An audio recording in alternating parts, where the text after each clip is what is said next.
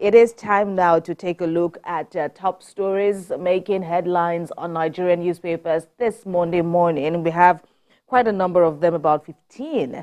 And the first with me is leadership. And this is the lead story on the leadership newspaper is on the latest regarding the junta in Gabon, with the soldiers there out to protect Bongo's interest. That's the president, Bongo's interest. This is according to some stakeholders. In the meantime, analysts are saying that Africa must think outside the box to coups and terrorism. All right, that is on the leadership. On the Nation this morning, we've been talking about yet another call by the labor unions to embark on strike this week, and now the Trade Union Congress is reported to have snubbed this latest strike call by the NLC. That's on the Nation, calling workers out of work premature. We will continue to dialogue with governments to ease subsidy pay. Now, this is the latest from the Trade Union Congress to the latest NLC strike call.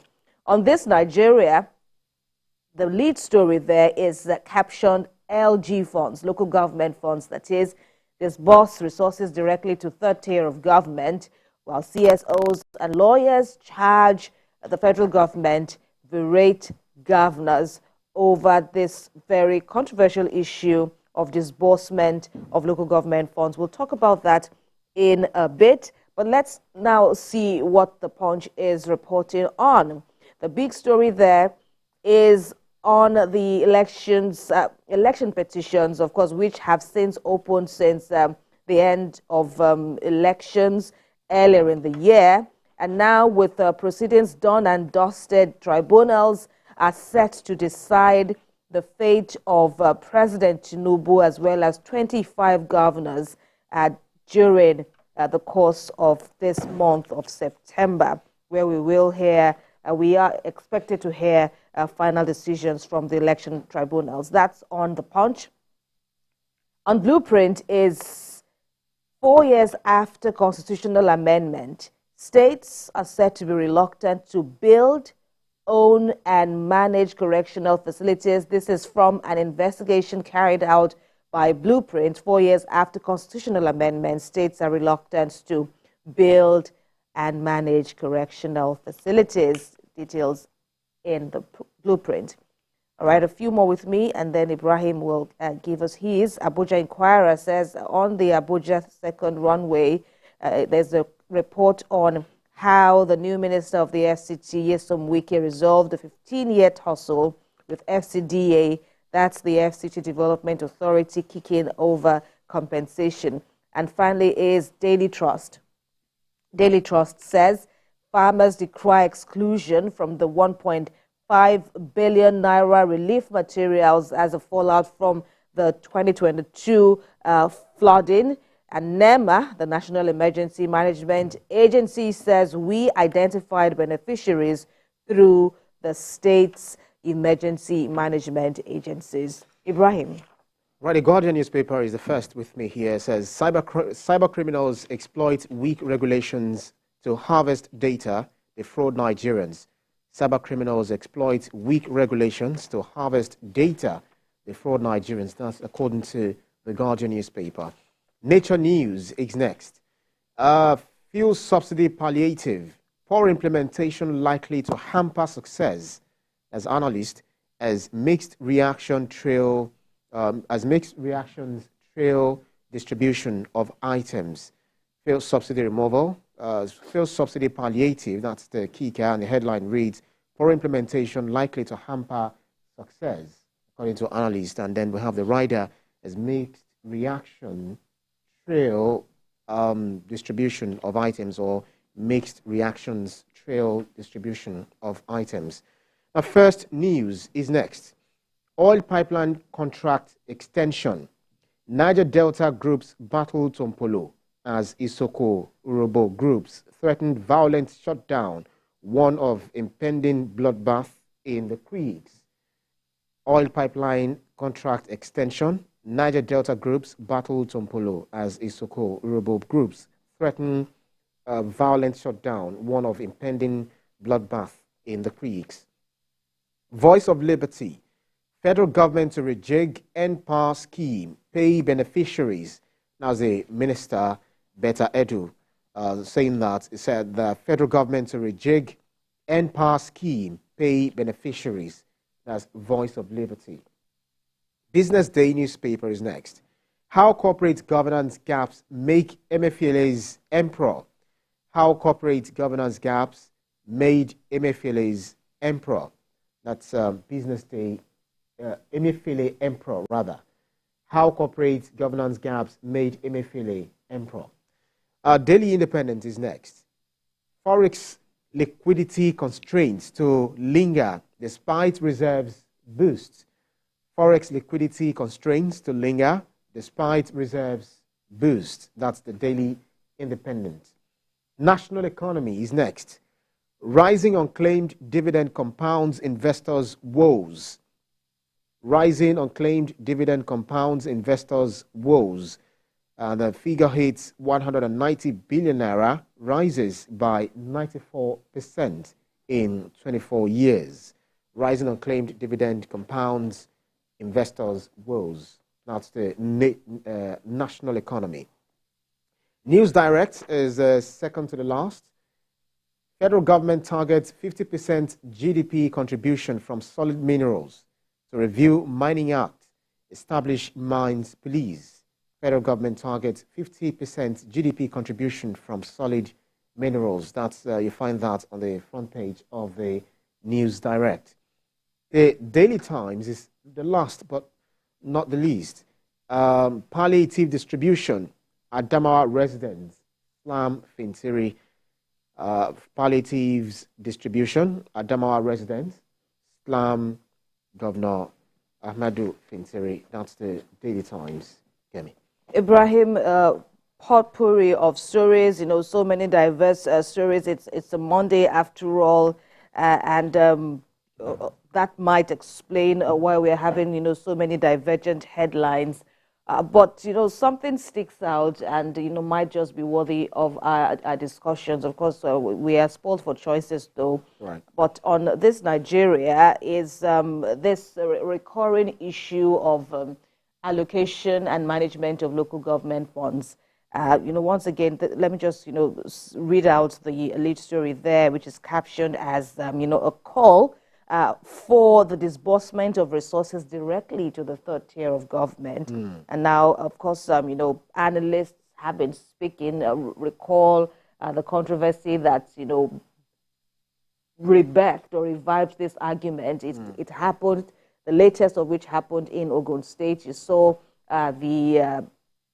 well, I call it a disturbing video of, local government chairman, prostrating before the Ogun State governor. Well, the impression out there was they were more or less begging the Ogun State governor, to forgive the sins of, one of their counterparts, a fellow local government chairman who had was said to have, asked for investigation of how the local government funds are spent in Ogun State, alleging that the governor is more or less the emperor of the LG funds, and this has, shortchanged his local government. After all, we all know it's the closest to the grassroots, right. And the simple message that I picked among the other stuff that he dropped in that letter that circulated was that let the people at the grassroots breathe. And, the impression he gave was the governor was stifling the management and the empowerment of those at the grassroots level. The governor, through his press secretary, has, of course, gone on to deny the allegations, saying that is not the case. And, of course, we saw the video of local government chairpersons, prostrating before the governor, asking him to forgive.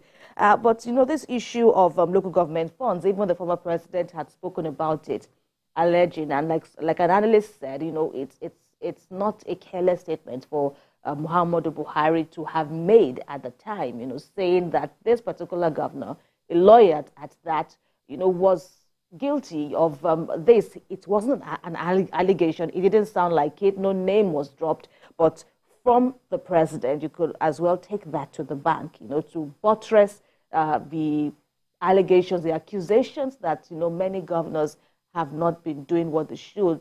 Local governments need to, stand on their own, That's right. know how to manage their funds, collect their funds directly from the federation account and, disburse it accordingly.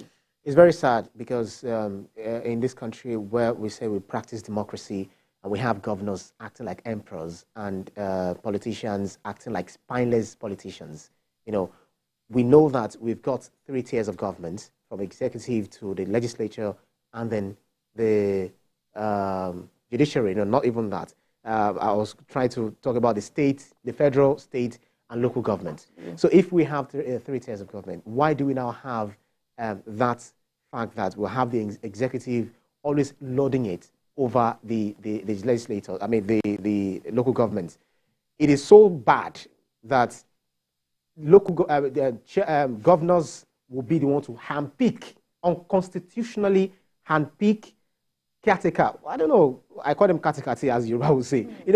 Caretakers to look at the affairs, to oversee the affairs. We saw what happened in Edo. Now we are talking about Ogun State. It's like it has been like that in Oyo. It has been like that in different states of Nigeria. Why should we have people who are not representatives of the people? Because it's the people who will decide, who will represent us.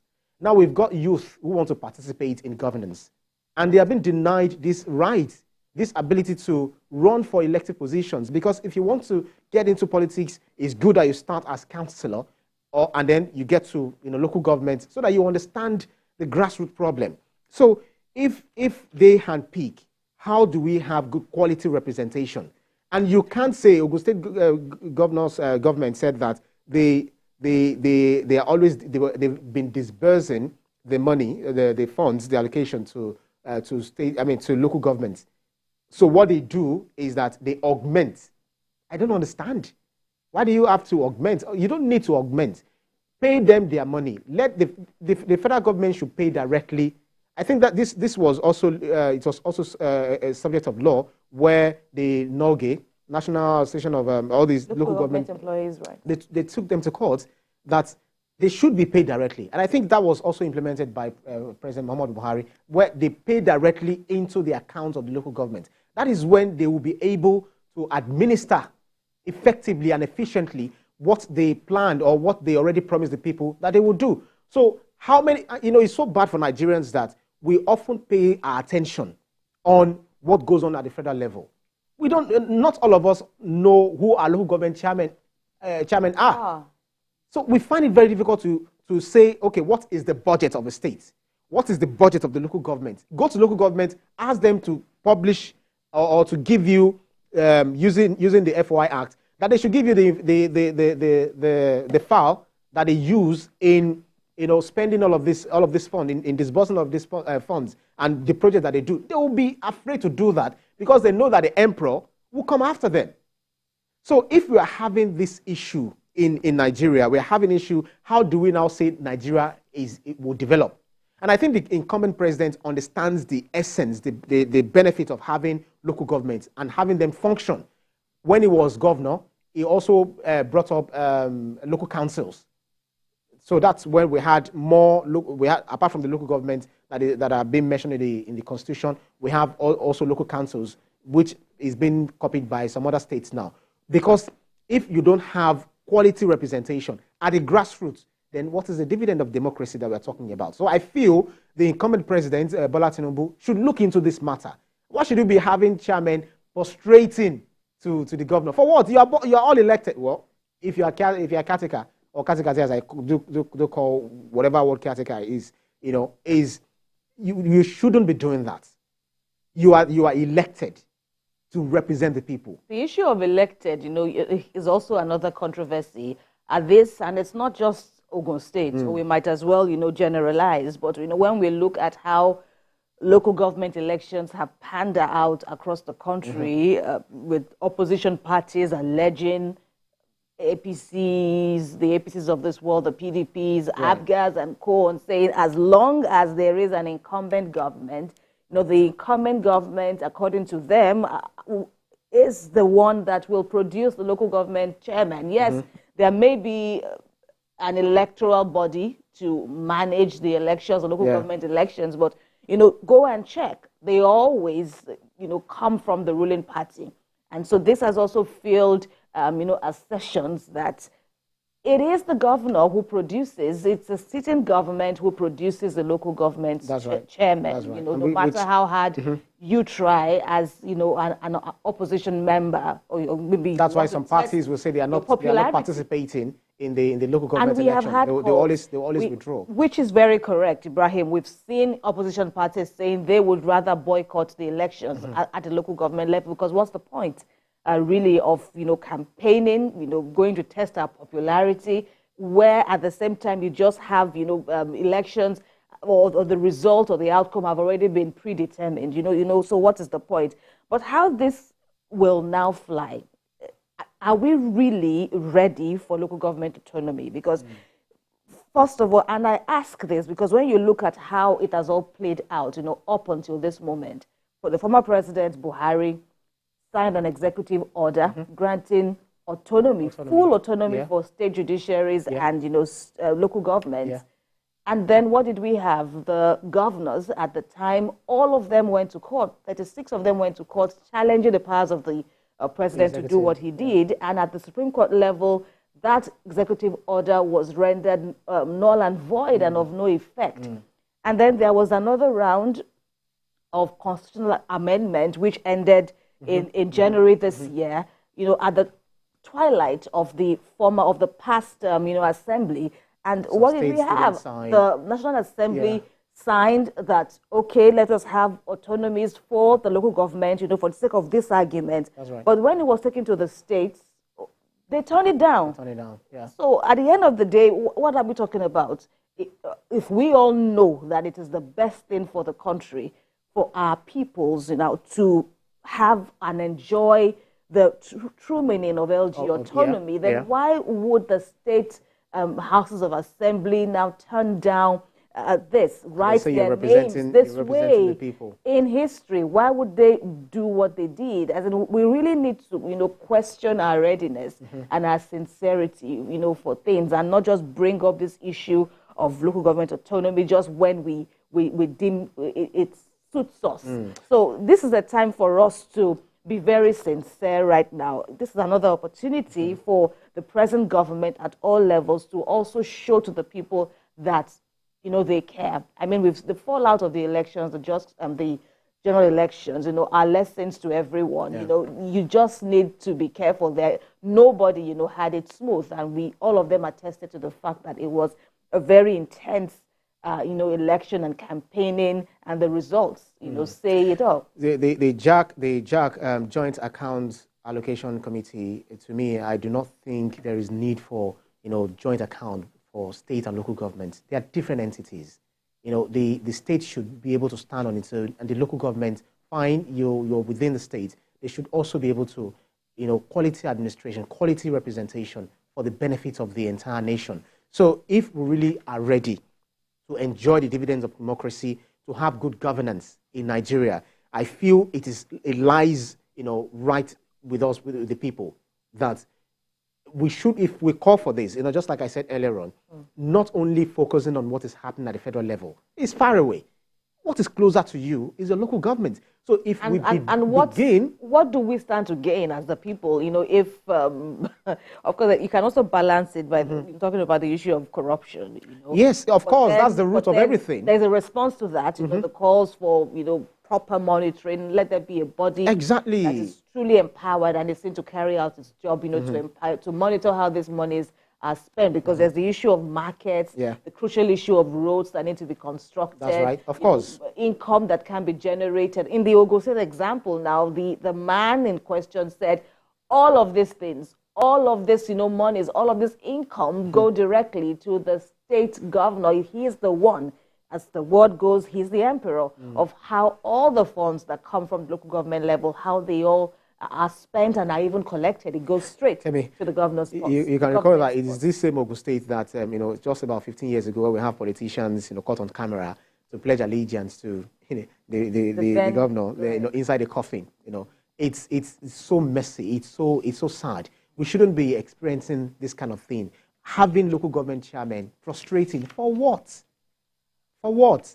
So it's left for us, the people, the electors, to be able to determine who represents us, giving us quality representation, and also demand good governance, effectiveness of local government. They have to be, respected and clearly established so that we'll have, local government autonomy in this country for the betterment of all. Absolutely, it is spot on, the issue of, making our local governments more effective. That's how we will end the review of the newspapers here on TVC Breakfast, but still